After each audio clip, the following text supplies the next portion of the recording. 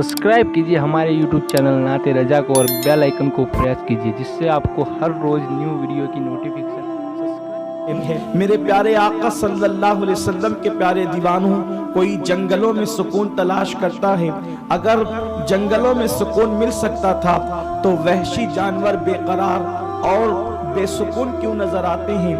गर्ज के इंसान सुकून के लिए कभी हवाओं में परवास करता है, कभी जंगलों की सैर करता है, कभी गुलिस्तानों के बहारों को देखकर अपने वजूद को और अपने दिल को सुकून की दौलत से माला माल करना चाहता है।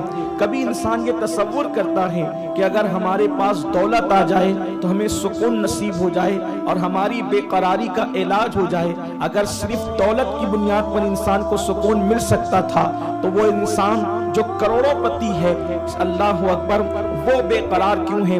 नर्म नर्म गद्दों पर अल्लाह अकबर एक गरीब इंसान और एक मुफलिस इंसान जिस मकान का तसव्वुर नहीं कर सकता, उससे बहुत खूबसूरत कमरों में भी लोग करवटें बदलते हैं लेकिन उनको चैन और सुकून की नींद नहीं आती।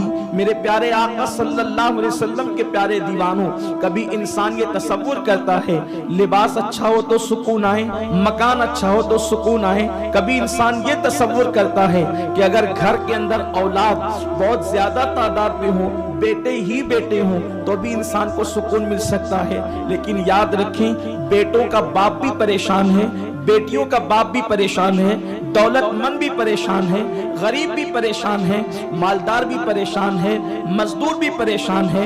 गर्ज के तख्त पर बैठने वाले लोग भी बेकरारी का शिकार है और तख्ते पर बैठने वाले लोग भी बेकरारी का शिकार है। हालत ये हो गई है कि खाने वाले इंसान, अनाज खाने वाले इंसान वो भी परेशान है और अनाज को पैदा करने वाले किसान वो भी परेशान है। गर्ज के किसी को सुकून नहीं, किसी को इत्मीनान नहीं, किसी को करार नहीं। इंसान सुकून के लिए दर दर की ठोकरें खा रहा है। सुकून मिलना कहाँ है? पहले हमें ये मालूम करना पड़ेगा कि बेचैनी होती क्यों है, बेकरारी होती क्यों है। तो सूफियाए किराम फरमाते हैं, इंसान का वजूद दो चीजों का मुरक्कब है। इंसान का वजूद दो चीजों से मिल करके बनता है। एक जिंदा इंसान का वजूद, अल्लाह अकबर, एक को जिस्म कहते हैं और जिस्म के कालिब के अंदर अस्ल जिसकी कार फरमाई है, अस्ल जिसके वजूद से इंसान जिंदा है, उसको रूह कहते हैं। इंसान का जिस्म चार चीजों से बना है, हवा, पानी, आग और मिट्टी, यानी जमीनी चीजों से, जो है वो दुनियावी चीजों से, मादियत के साथ गोया कि इंसान का वजूद बना है। तो इंसान का जिस्म जो है चार अनासिर अरबा का मजमुआ है, लेकिन उसके अंदर जो इंसान को चलाने वाली चीज है, जो इंसान को दिखाने वाली चीज है, जो इंसान को उठाने बिठाने वाली चीज है, जो इंसान को सोचने और समझने, शऊर और फिक्र और आगाही की मंजिलें तय कराने वाली चीज है, उसको रूह कहते हैं। और रूह जो है वो गोया कि अल्लाह तबारक व तआला के नूर से बनी हुई है और अल्लाह की तरफ से आई है, तो रूह नूरानी है। इंसान का जिस्म खाकी है, तो इंसान का वजूद दो चीजों का मुरक्कब है। अब इंसान बेचैन क्यों होता है? रूह बेचैन होती है तो इंसान बेचैन होता है, रूह बेकरार होती है तो इंसान बेकरार होता है। अब रूह क्यों बेकरार होती है? रूह के बेकरार होने की वजह क्या है? इंसान जमीन पर है, इंसान अनासिर अरबा का जो है मुरक्कब है, लेकिन रूह अल्लाह की तरफ से है। मेरे अल्लाह ने फरमाया, व नफ़ख़्तु फी मिन रूही, कि मैंने अपनी रूह तुम्हारे अंदर अता फरमाई है, अपनी तरफ की रूह तुम्हारे अंदर डाली है, जिसको अमरे रब्बे भी कुरान ने कहा है। मेरे आका सल्लल्लाहु अलैहि वसल्लम के प्यारे दीवानों, तो रूह की बेचैनी इंसान को बेचैन करती है और रूह का सुकून इंसान को सुकून अता करता है।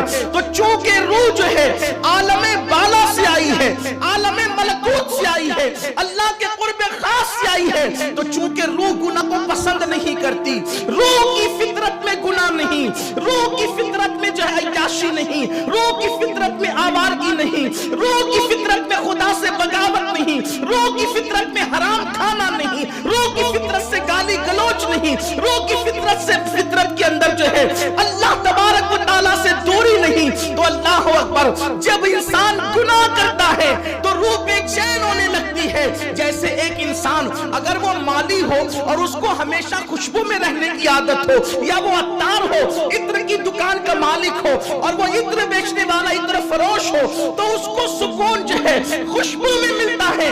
اگر تھوڑی دیر کے لیے اس کو بدبو مسلط کر دی جائے تو وہ بھاگنے لگے گا، وہ بے چین ہو جائے گا، وہ بے قرار ہو جائے گا۔ اب پتہ چلا انسان کی اصل بے چینی کی وجہ اللہ سے بغاوت ہے، رب تبارک و تعالیٰ سے دوری ہے، غفلت کی زندگی ہے، گناہ کی زندگی ہے۔ سکون تلاش کرنے والے انسانوں کو اللہ اکبر نیند کی دوائیاں لینے کی بجائے، نیند کی گولیاں لینے کی بجائے سکون کے متلاشیوں کو اپنی روح کی غذا کا خیال کرنا چاہیے۔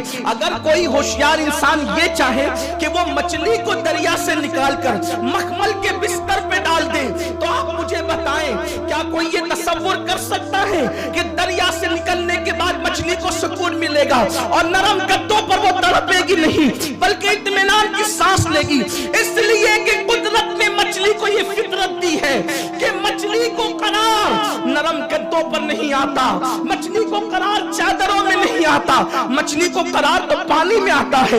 اس کا مامن پانی ہے، اس کی مودتوں کا مرکز پانی ہے، اس کی محبتوں کا مرکز پانی ہے۔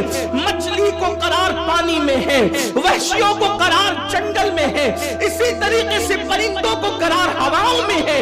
اللہ اکبر!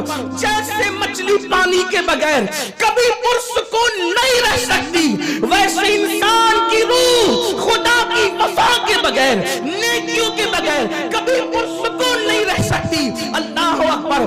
آپ پوری تاریخ انسانی کو اٹھا کر دیکھ لیں، غاروں کے اندر بیٹھنے والے اللہ کے اولیاء، اللہ کے برگزیدہ بندے جن کی ہڈیاں اور چمڑا ایک ہو جایا کرتا تھا اور گوشت نظر نہیں آتا تھا، مگر وہ اتنے پرسکون ہوتے تھے کہ اللہ اکبر! صاحب تخت و تاج کو جو سکون نہیں ملتا تھا وہ غاروں میں بیٹھنے والے تنہا اللہ کے ولی پر سکون نظر آتے تھے۔ وجہ کیا تھی؟ وجہ یہی تھی کہ انہوں نے کبھی اللہ سے بغاوت نہیں کی، انہوں نے کبھی نافرمانی نہیں کی، انہوں نے ہر وقت اپنا رشتہ اللہ تبارک و تعالیٰ سے جوڑے رکھا، اس لیے اللہ نے ان کو سکون کی دولت عطا فرمائی۔ بلکہ اللہ کے وفاداروں کے لیے تو قرآن یہ کہتا ہے کہ جو فضائے اکبر ہوگی، جسے قرآن نے فضاء الاکبر کہا ہے، ایسی آواز جس سے حمل والی اونٹنی اپنے حمل کو ضائع کر دے گی، جس سے انسان کے کلیجے پھٹنے لگیں گے اور جو انسانوں کو غمگین کر دے گی قیامت میں، اللہ کے فرما بردار بندوں کو وہ آواز غمگین نہ کر سکے گی۔ تو جب اللہ کی فرما برداری کی بنیاد پر قیامت کی وہ بھیانک آواز اس وقت لوگوں کو غمگین نہیں کر سکتی جنہوں نے اللہ کی فرما برداری کی ہوگی، تو دنیا کی بلائیں، دنیا کی مصیبتیں، دنیا کی افتاد انسان کو بے چین اور بے قرار کیسے کر سکتی ہے؟